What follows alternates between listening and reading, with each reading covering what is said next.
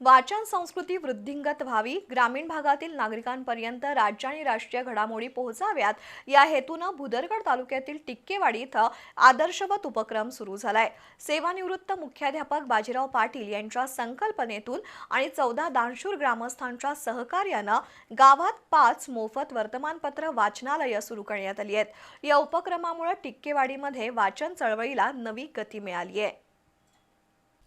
पूर्व भुदरगडच्या शेवटच्या टोकाला डोंगर उतारावर वसलेलं टिक्केवाडी हे सुमारे 3 ते 3.5 हजार लोकसंख्येचं गाव। भौतिक विकास झाला असला तरी भौगोलिक रचनेमुळे आजवर इथं नियमितपणे वर्तमानपत्र पोहोचणं कठीण होतं। मुख्य बाजारपेठ कूरपासून 4 किलोमीटर अंतर, अरुंद गल्ल्या, उतारावरील वस्ती यामुळे वृत्तपत्र विक्रेते इथं येत नव्हते। परिणामी गावातील अनेक नागरिकांना वर्तमानपत्र वाचण्याची संधी मिळत नव्हती। ही खंत बाजीराव पाटील यांच्या मनाला सतत टोचत होती।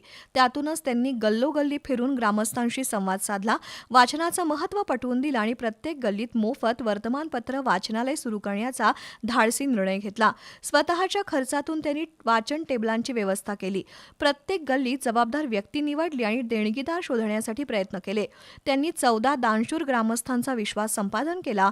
या सहकार्यातून प्राथमिक शाळा, दत्त मंदिर, विठ्ठल रुक्मिणी मंदिर, डौर गल्ली आणि कुंभार गल्ली इथं वाचनालय सुरू झाली।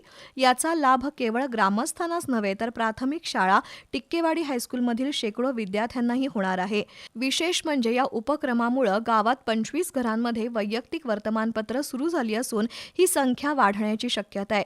टिक्केवाडीमध्ये प्रथमच घरोघरी वर्तमानपत्र पोहोचू लागल्यानं गावात आनंदाचं वातावरण निर्माण झालंय।